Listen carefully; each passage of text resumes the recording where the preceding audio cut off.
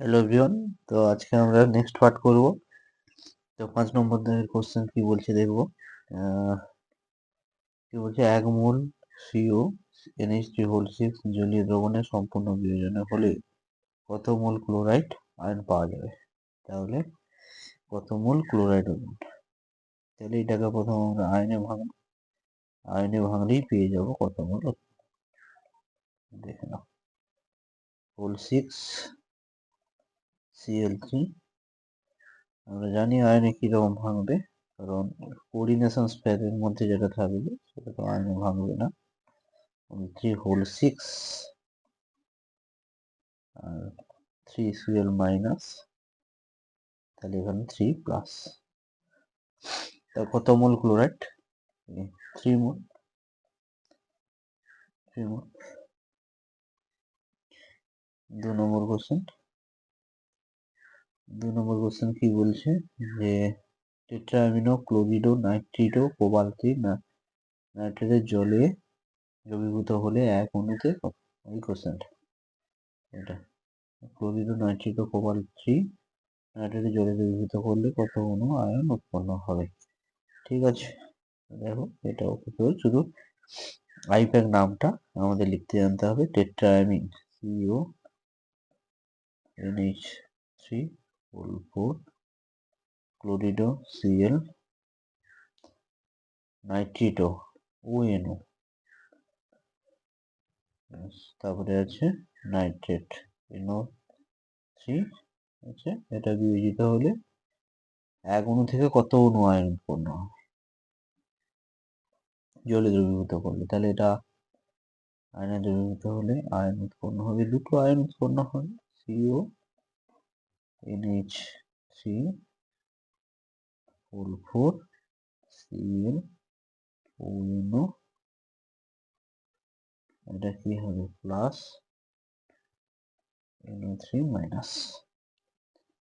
ঠিক আছে, তাহলে এখানে আমাদের দুটো আয়ন উৎপন্ন হচ্ছে, এখানে একটা আর একটা, অর্থাৎ দুটো আয়ন উৎপন্ন হবে, লিখে দেবে। 3 নম্বর কোশ্চেন। 3 নম্বর কোশ্চেন কি বলছে, চিলেটিং লিগ্যান্ড কাকে বলে? যে সমস্ত লিগ্যান্ড মেটালের সঙ্গে বন্ধন গঠনের মাধ্যমে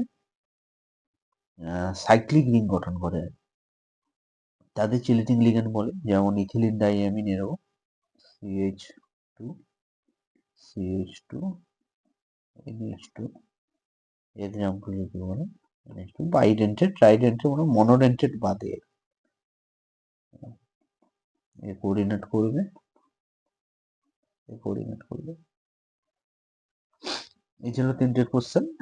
কোশ্চেনের অ্যান্সার দেখে নেবে ঠিকঠাক করে। নেক্সট কোশ্চেন কি বলছে, আচ্ছা 7 দাগের কোশ্চেন কি আছে যে K4 FeCN6 যদি Fe এর জারণ সংখ্যা নির্ণয় করে। খুবই ইজি কোশ্চেন, দেখে নাও। K4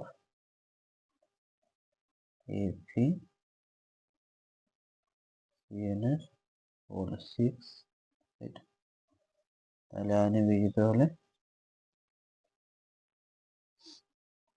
4K plus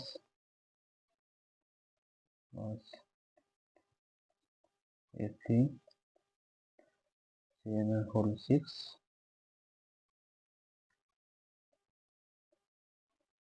4 minus FeCN6 4 minus.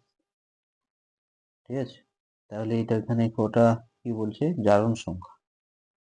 তাহলে 4 মাইনাস জারণ সংখ্যা, তাহলে আমার Fe জারণ সংখ্যা বার করতে বলছে।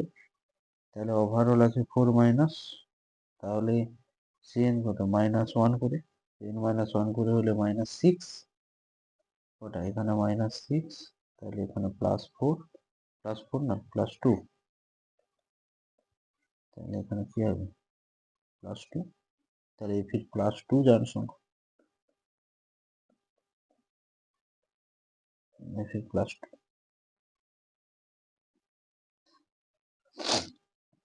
এবার নেক্সট কোশ্চেন, 2 নম্বর কোশ্চেন কি বলছে, কি ঘটে FeCl3 জলীয় দ্রবণে K4 FeCnO6 প্রুসিয়ান ব্লু উৎপন্ন হবে। FeCl3 plus K4 FeCnO6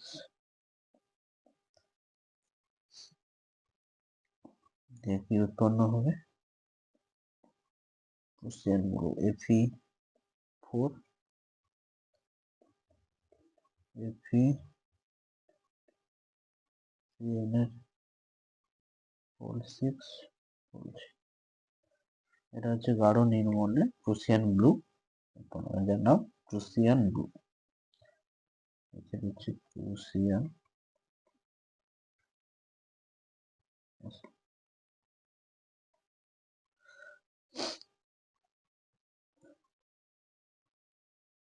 next question 8 দাগ,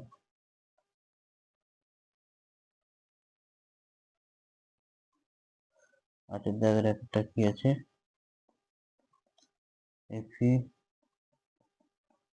Fe2O5 NO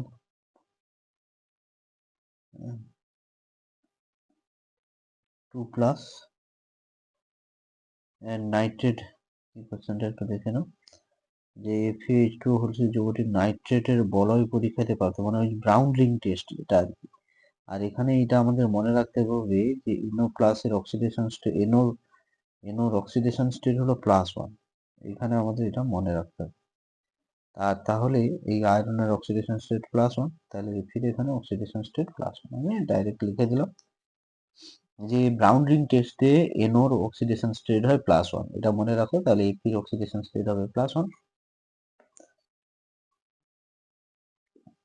next question, FeCl3 plus NH4 SCN এর যৌগ যোগ করলে কি ঘটে সমীকরণ। আচ্ছা ঠিক আছে,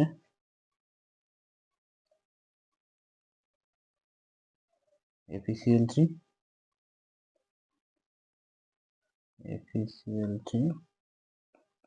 reacts with তার সঙ্গে NH4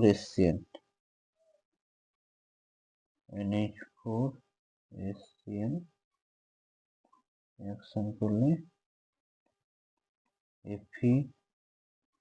FeSN, এটা হচ্ছে রেড কালার আর কি, রেড পিপিটি।